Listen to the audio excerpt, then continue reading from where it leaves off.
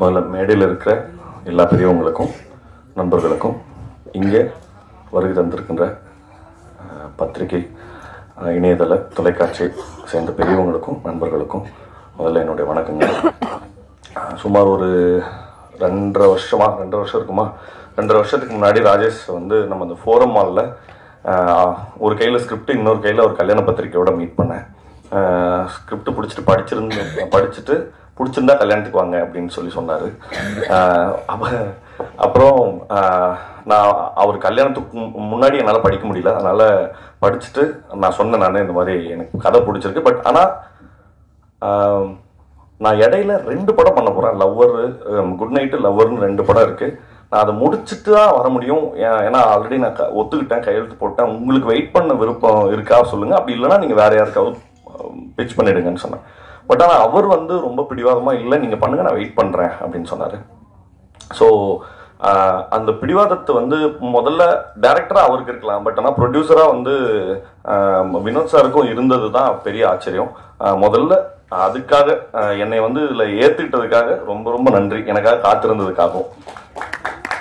Second point வந்து நான் இந்த ஸ்கிரிப்டை எழுதியிருந்த விதம் வந்து பொதுவாக ஒரு காமெடி படம்னாக்கா லைக் வலிந்து எதையாவது சொல்லி நம்ம சிரிக்க வச்சிடலாம் அப்படிங்கிற போக்கில் இருந்து ஒரு இண்டிவிஜுவலோட லைஃபை, ஒரு குடும்பத்தினோட லைஃபை இப்படி சொல்றதன் மூலமா ஒரு ஹியூமர் பிறக்க முடியுமா? ஏன்னா அது வந்து ஒரு பெரிய பகுதி தான்.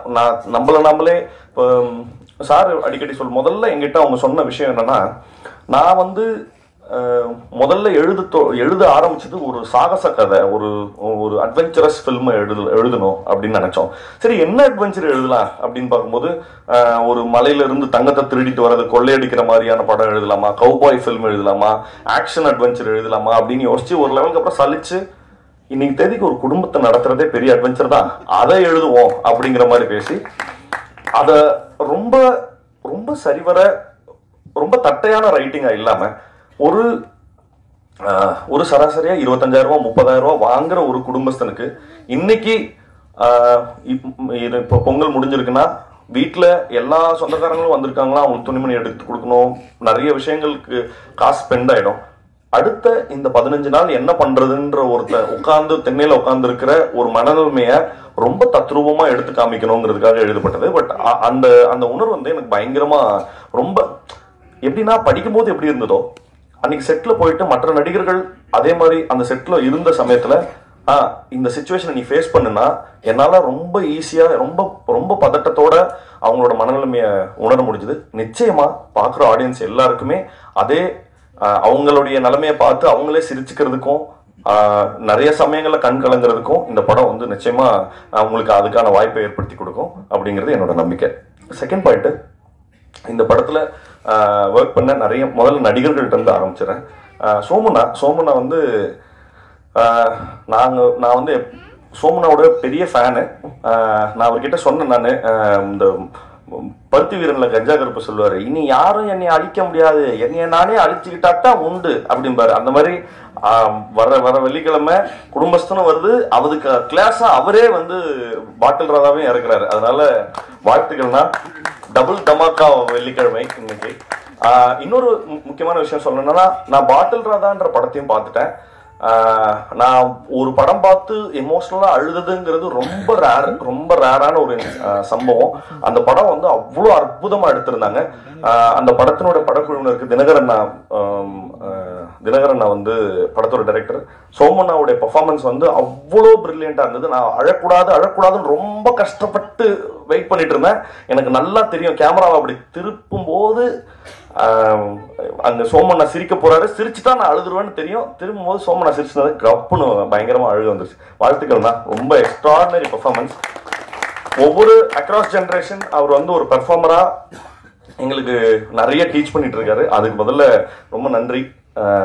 அண்ட் சுந்தரராஜன் சார் பத்தி சொல்லணும். அவர் வந்து அவருடைய பெரிய எக்ஸ்பர்டீஸ் அவருக்கு மைண்ட்ல வச்சிருந்தாலும், இவன் யாரா சின்ன பசங்க, இவனுக்கு வந்து நம்மளுடைய என்ன சொல்றது, இவனுங்க போய் நம்மள ஆர்டர் பண்றதா அப்படிங்கிற எந்த என்ன சொல்றது ப்ரிசெட்டோடைய ஐடியா இல்லாம அவரு வந்து எங்க லெவலுக்கு நிறைய, நான் ஒரு காமெடி சொல்லவா அப்படின்னு ஏதோ சின்ன பசங்க கெட் டுகெதர்ல வந்தவங்க, நான் கூட ஒரு காமெடி எழுதிருக்கு அது சொல்லவா அப்படின்னு அவ்வளோ குழந்தைத்தன்மையா எங்க கூட வேலை பார்த்தாரு. அவருக்காகவும் அப்புறம் நான் கனகம்மா வந்து நான் அடிக்கடி சொல்லுவேன், அவங்க கிஃப்ட் ராப் பண்ண வெடிகுண்டு அப்படின்னு சொல்லி. ஆனா அவ்வளோ எனர்ஜி இருக்கும் அவங்கள்ட்ட. அவங்களுடைய ஒர்க்கும் வந்து ரொம்ப ஃபினாமினல். அண்ட் அதுக்கு டப்பிங் பேசினேன் தனமாவுக்கும் ரொம்ப ரொம்ப நன்றி. ஏன்னா அந்த கேரக்டர் அவ்வளோ உயிர்ப்பா வந்திருக்கு. ஷான்வி வந்து உண்மையாவே வந்து நான் நிறைய தடவை அவங்க கிட்ட சொல்லியிருந்தேன், ஏங்க தமிழ் தெரிஞ்சு யாராவது ஓகே பண்ணிருக்க வேண்டியதானே, ஏன் தெலுங்கு அவங்க அப்படின்னு சொல்லி சொன்னபோது, இல்ல அவங்க பர்ஃபார்மன்ஸா ஆடிஷன் பண்ணி பார்த்ததுல எனக்கு ரொம்ப ரொம்ப கான்ஃபிடன்ஸ் இருக்குன்னு சொன்னாங்க. எனக்கு பெருசா ரிலக்டண்டா தான் இருந்தது எப்படி இவங்க ஆக்ட் பண்ண போறாங்கன்னு. பட் ஆனா த வே ஷி பெர்ஃபார்ம்டு, அது ஹியூமர் காமெடி சீன்ஸ்லயும் சரி, இமோஷனல் சீன்ஸ்லயும் சரி, அவங்க டயலாக் பேசிக்கிட்ட விதம், அதுக்கப்புறம் இன்னும் தமிழ் பேசுறதுன்றதே ரொம்ப கஷ்டம். பட் ஒரு எக்ஸ்டென்ட்ல கொங்கு தமிழோடைய அன்னோட்டேஷன்ஸையும் புரிஞ்சுக்கிட்டு அவ்வளோ பிரமாதமா ஒர்க் பண்ணி கொடுத்தாங்க. தேங்க்யூ ஷான்வி. அண்ட் உங்களுடைய இந்த டெபியூக்கு அப்புறம் உங்களுக்கு இன்னும் பெரிய பிரைட் ஃபியூச்சர் வந்து தமிழ் சினிமாவிலையும் இருக்கணும்னு சொல்லி நான் வாழ்த்துறேன். அண்ட் என்ன சொல்றது, இந்த படத்துல முக்கியமா இந்த படத்துல நக்கலைட்ஸ் ஆர்டிஸ்ட் எல்லாருமே ரொம்ப பிரமாதமா, இந்த வட்டார வழக்கு வந்து அவங்க பிரமாதமா பேசுவாங்க. அது அவங்களோட ஃபோர்ட்டே, கோயம்புத்தூர் ஸ்லாங் பேசுனது எனக்கு ரொம்ப கஷ்டமா இருந்தது. ஏன்னா நான் அது ரொம்ப புதுசு எனக்கு. அதை பிரமாதமா வந்து எனக்கு நிறைய சமயங்கள்ல சொல்லி கொடுத்த இந்த படத்துல இருக்க நிறைய ஆர்டிஸ்ட், முக்கியமா ஃபர்ஸ்ட் வந்து முத்தமிழ். ஏன்னா முத்தமிழ் கூட தான் எனக்கு நிறைய சீன்ஸ் இருந்தது. முத்தமிழ், அப்புறம் ஜென்சன் சாரு, அனிருத், இந்த மாதிரி எக்கச்சக்கமான ஆர்டிஸ்ட் வந்து நிவே, அப்புறம் எனக்கு அக்காவை நடிச்சிருக்காங்க நிவேல இருந்து, எல்லாருமே எனக்கு வந்து பயங்கரமா கோச் பண்ணாங்க. கிருஷ்ணா, மிதுன், இவங்க எல்லாருமே ஹெவியா எனக்கு வந்து அந்த ஸ்லாங் எப்படி பேசணுங்கிறத கோச் பண்ணிட்டே இருந்தாங்க. அது ரொம்ப நான் நன்றி கடன் பட்டிருக்கேன். ஏன்னா நான் டப்பிங் பேசுற வரைக்கும் அதை அப்படியே கொண்டு வந்து சேர்த்தாங்க. முக்கியமா நான் இங்க ஒரு முக்கியமான ஒருத்தரை பத்தி பேசணும், அது பிரசன்னா சார். ஏன்னா நான் இந்த படம் பண்ணதுக்கு மிக முக்கியமான கிஃப்ட் டேக்அவே வந்து அவருடைய ஃப்ரெண்ட்ஷிப் தான். அவர் வந்து ஒரு பெரிய என்ன சொல்ற தனி மனிதனுடைய நம்பிக்கை, இவ்வளோ ஒரு பெரிய சாம்ராஜ்யத்தை கிரியேட் பண்ணுங்கிறது, நான் கோயம்புத்தூர்ல போய் நக்கலைட்ஸ் ஆஃபீஸ்க்கு போய் அங்க இருக்கிற அவங்க கிரியேட் பண்ண கண்டென்ட்ஸும் அவரோட விஷனையும் இதெல்லாம் தெரிஞ்சுக்கிட்டதுக்கு அப்புறம் எனக்கு அது வந்து இது வந்து எனக்கு என்னுடைய கரியருக்கு அவர் தெரிஞ்சுக்கிட்டா குரோத்தா அப்படி இல்லைங்கிறத தாண்டி நான் மனசா உள்ளமா இன்டர்னல் குரோத்துக்கான ரொம்ப முக்கியமான ரெஃப்ரெஷிங்கான நிறைய விஷயங்கள் அவர் எங்களுக்கு சொல்லி கொடுத்தாரு. ரொம்ப நன்றி சார், தேங்க்யூ ஸோ மச். அப்புறம் இந்த படத்துல நடிகர்கள் எல்லாம் முடிச்சிட்டோன்னா இந்த வர அடுத்தது வந்து காஸ்டியூம்ஸ்க்கு வந்து மீரா வந்து எப்படின்னா ஏதோ இந்த கிண்டர் கார்டன் குழந்தைங்க மாதிரி தான் பேசுவாங்க. வந்து சார் உங்களுக்கு வந்து ஷர்ட் சைஸ் வந்து இதுவா இருந்ததுன்னா முன்னாடியே சொல்லிடுங்க சார். அவங்க பெரும் பதட்டத்திலே இருப்பாங்க. இல்லம்மா சரிம்மா நான் இல்ல சார் அது இருந்தா சொல்லிடுங்க, 40ல 41லயே இருக்கு அப்படின்னு சொல்லி அவ்வளோ பார்த்து உங்களுக்கு ஓகே இல்லை சார், ஓகே சார், அவ்வளோ பிரமாதமா ஒன்னொன்னும் பார்த்து செஞ்சு கொடுத்தாங்க. ரொம்ப நன்றிமா, தேங்க்யூ ஸோ மச். அப்புறம் கண்ணன், எனக்கு தெரிஞ்சு இந்த படத்துல ஜாஸ்தி சஃபர் ஆனது கண்ணன் தான் நினைக்கிறேன். ஏன்னா ஏகப்பட்ட வருஷன் நாங்க வந்து எடிட்ல வந்து நிறைய என்னது ஆமா போர் அடிக்கும் போதெல்லாம் எடிட்டிங் போய், பட் கண்ணன் வந்து அதுக்கு பயங்கர சப்போர்ட்டிவா தான் இருந்தார். அவர் எந்த சமயத்திலயும் திடீர்னு அன்னைக்கு நைட் 2:30 மணிக்கு எழுப்பி எந்திரிச்சு வாங்குங்கன்னு சொல்லி அப்புறம் ஒரு சீக்வன்ஸை மாத்தணும் அப்படின்னு சொல்லும் போது அதுக்கெல்லாம் வந்து ரொம்ப ஸ்போர்ட்டா தான் இருந்தாரு. நான் வேற ஒரு ஷூட்டுக்கு போகும்போதுமே அவர் எடிட் பண்ணி வருஷனை காமிக்கிறதுக்காக அந்த ஊருக்கு ஷூட்டுக்கு 2 பேரும் வந்திருந்தாங்க. ஸோ கண்ணன், உங்க பேஷன்ஸ் வந்து ரொம்ப முக்கியம். அது வந்து கடைசி வரைக்கும் தக்க வச்சிருந்ததுக்காக நன்றிகள். அப்புறம் சுஜித் வந்து எனக்கு தெரிஞ்சு இந்த படத்துல கண்ணனுக்கு அப்புறம் அதிக கஷ்டப்பட்டது யாருன்னா சுஜித் தான் நினைக்கிறேன். முக்கியமா நடிகர்களை வந்து ஒரு இடத்துல நிக்க வச்சு அதை ஷூட் பண்றதுக்கு வந்து என்ன சொல்றது, நிறைய டைம் கன்ஸ்ட்ரெயின்ஸ் இருந்தது. ஏன்னா நிறைய லைவ் லொகேஷன்ஸ்லயும் எடுக்க வேண்டியிருந்தது. அந்த லைவ் லொகேஷன் சிக்கல்கள் எல்லாத்தையுமே ரொம்ப அனுசரிச்சு வேலை செஞ்சு கொடுத்தாரு. தேங்க்யூ சுஜித். அப்புறம் நம்ம சுரேஷ் சார் வந்து இது 2வது ப்ராஜெக்ட். நான் மத்தகம்க்கு அப்புறம் இங்க ஒர்க் பண்றோம். சுரேஷ் சார் எப்படின்னா